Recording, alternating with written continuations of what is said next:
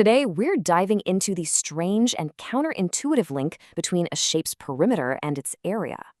So picture this. You've got 40 meters of fence. Does any rectangular garden you make have the same space inside?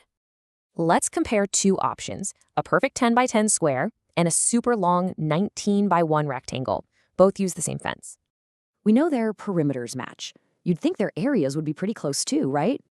Well, the square gives you a nice, big 100 square meters of space. Pretty good.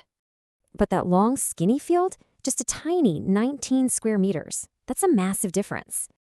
And there's the paradox. The same amount of fence gives you wildly different areas. Shape is everything.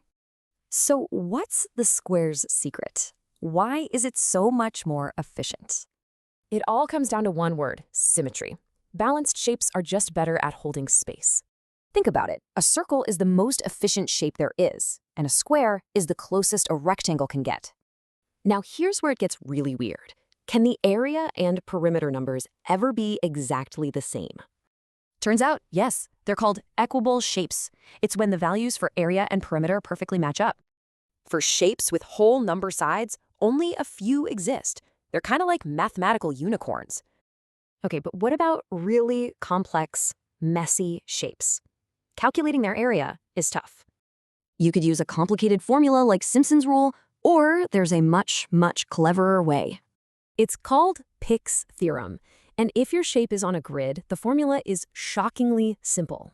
All you do is count two things, the points inside the shape and the points right on the boundary. So for example, say you've got 7 points inside and 8 points on the edge. Let's plug them in.